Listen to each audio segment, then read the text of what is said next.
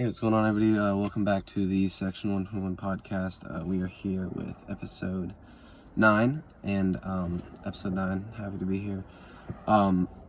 Yesterday, Padres, we'll get right into it. Yesterday, Padres played the Guardians, lost, I think, 7-4. I'll have to check the score, but lost 7-4, but there was a lot to break down in that game, including good, bad, weird, not weird, exciting, scary, and I'll start with the scary because it's right on my screen. Joe Musgrove's 43.0 ERA. That is, he has not been dealing. He got knocked around in the first game against the Dodgers. He I think gave up a hit, and a ground rule double. So obviously he's got some work to do personally to get where he needs to be, and because we all know where he can be. And Jackie's gonna park right in front of me. That's nice. Okay. Yeah. So he's hopefully he doesn't get out and talk to me right now. That'd be bad. Anyways, yeah. So Musgrove again got torched by the top of the Guardians lineup that included, I think, Miles Straw, Josh Naylor, Stephen Kwan, just a couple of the guys. They're not bad players. Two of them are lefties. Naylor and Kwan are both pretty pretty good lefties. Both contact hitters though. But yeah, they knocked him around. And he was relieved by. It was glitching. I couldn't see if he was relieved by some random dude or by or by Micheal King, who came in. But I want to see if I am able to find it. I don't think I will be able to, but I will try. Yeah, Musgrove gave up like 2. I'll go to all moments. Cole. It said after Musgrove gave up 4 in the first inning, Cole Papelham replaced Musgrove just to get through the last out, and then it says here that Joe Musgrove replaced, in the top of the second says Joe Musgrove replaced Cole Papelham. So I don't think that's correct. I don't think that's how that works, but I guess it's possible. I don't think it is. I'm not sure. Maybe that's a rule in spring training that you can bring pitchers back into the game. I just don't think that's how that works. But anyways, in the top of the third, Joe Musgrove. What I bet happened is I bet Musgrove just stayed in the whole game, and that was just like a mound visit that they reported as a pitching change, and they didn't actually have one, so they just said he came back in. So, yeah, I think Joe Musgrove went 2 innings. Got a 1-2-3 inning in the second. Good for him. That's what we wanted to see. The offense looked pretty solid, aside from Manny Machado being he had one of the most miserable pop-ups I've ever seen.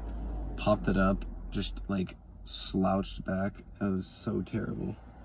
But Micheal King came in. Here's like good news. Micheal King came in, went 1-2-3.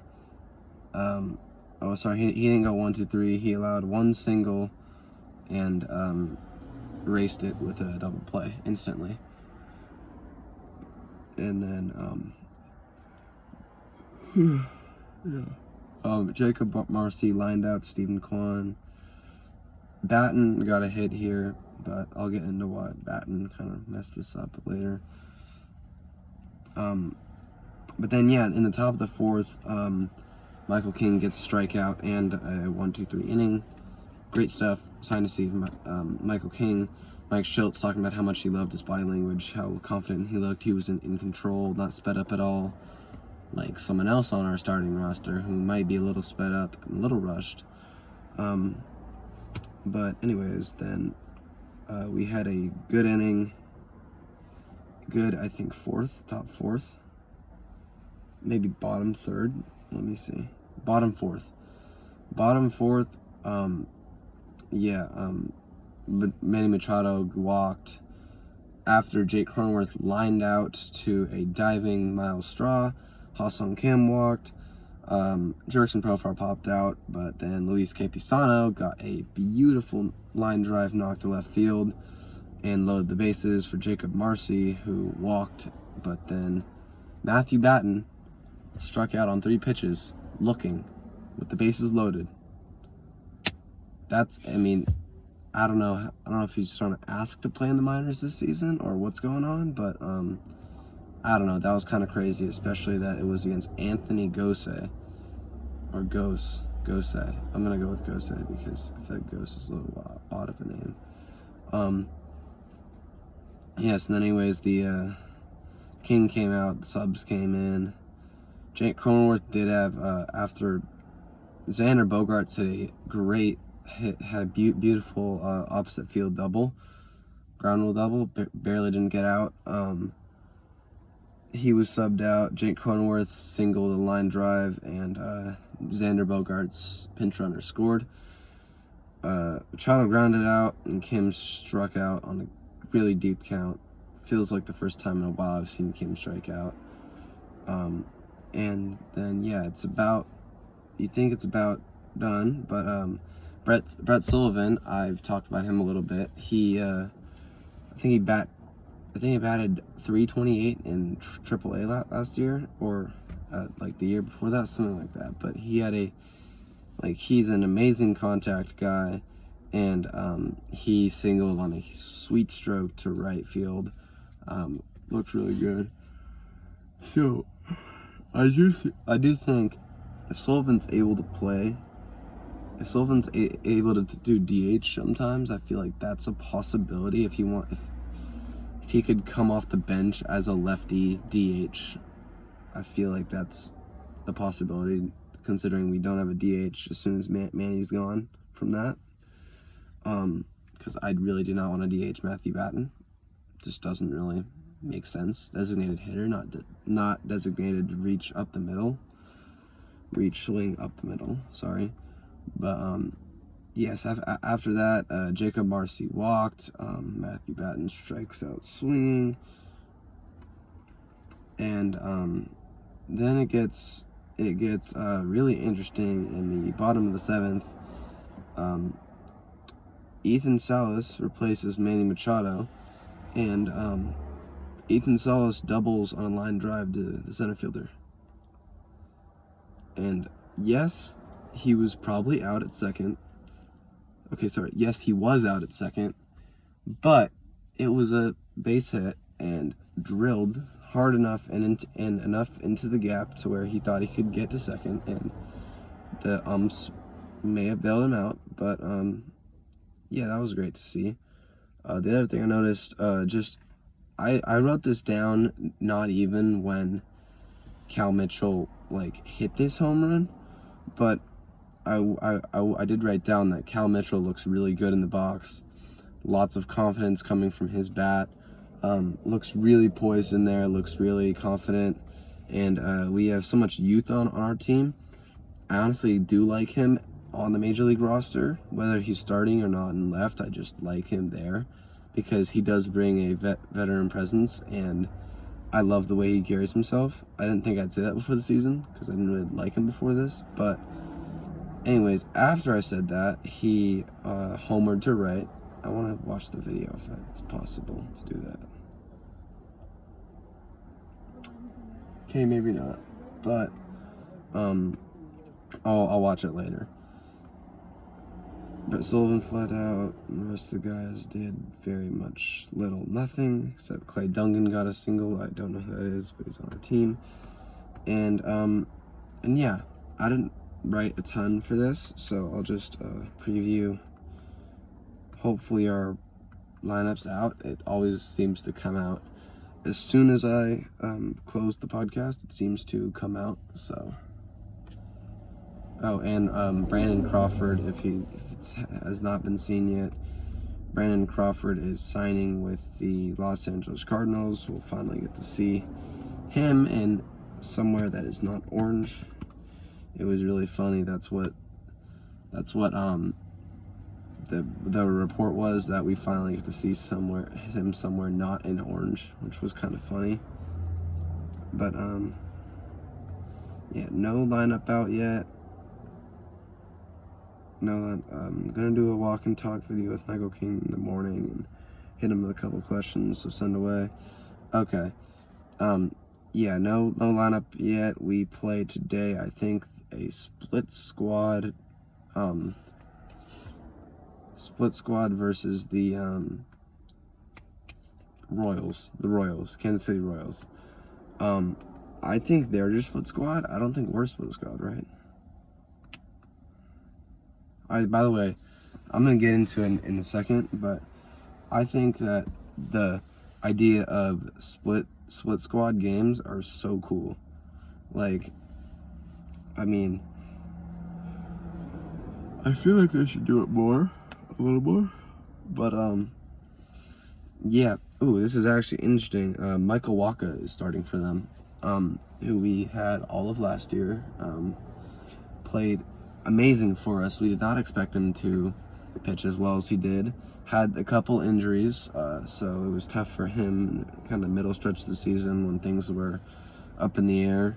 But he started strong, finished strong, and that was really when we needed him. So we were all grateful for Michael Wacha, but he is on the mound today for this split squad, Royal squad. And yes, we're not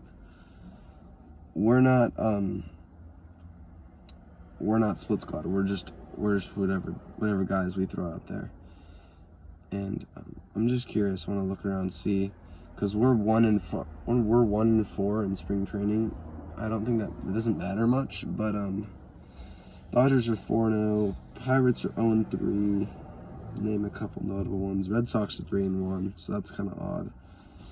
Twins are 1-2. Athletics are 1-2. D-backs 2-2. There hasn't been that many games played yet. They haven't played many yet, so that's happening. Nationals played the Astros at 105, not 105. It's 3 hours off that. 12, 11, 10. At 10 today in the Cacti Park of the Palm Beaches, Travis Scott's park, which I think is super cool. That's something, if I was big like that, that's something I'd want to do. Open up a spring training stadium, because it is really cool. Notable arms throwing today: Grayson Rodriguez for Baltimore, Alek Manoah for the Blue Jays has a split squad versus the Tigers, so should be able to run through them, hopefully, for his sake at least. Chris Sale will start for Atlanta. Sanchez, Zach Littell for the Rays.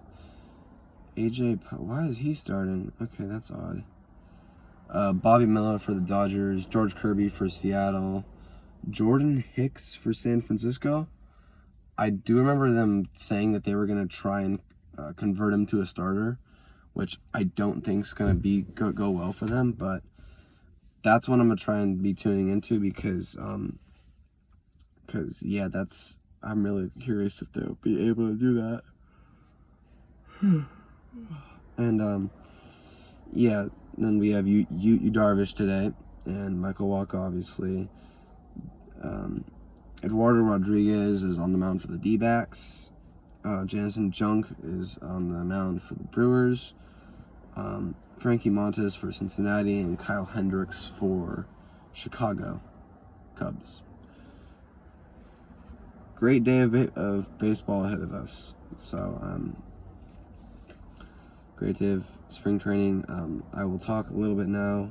By the way, just so you guys know, Yoshinobu Yamamoto will start tomorrow for the Dodgers. He is slated versus the Rangers. And Matt Waldron is slated for us tomorrow against the White Sox. Fortunately, the game does not look like it'll be streamed. Let me see if today's game will be streamed anywhere. It won't, will it? Oh, that's a bummer. Okay, I won't be able to watch it. Unfortunately, it's not being streamed anywhere. Hopefully that changes. Hopefully that's not a constant. But yeah, that's unfortunate. I will track all of it. I'll write it all down. But yeah, I kind of been hinting at it a little bit. I'll get to what I wrote. But I think spring training is so cool because it's like a baseball. It's just this big home of baseball, like baseball world.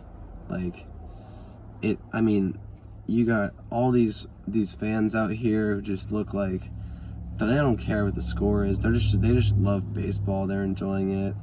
They're excited to see all the players throwing balls, sign their jerseys, do all that. Everybody's just trying to get better and compete for spots.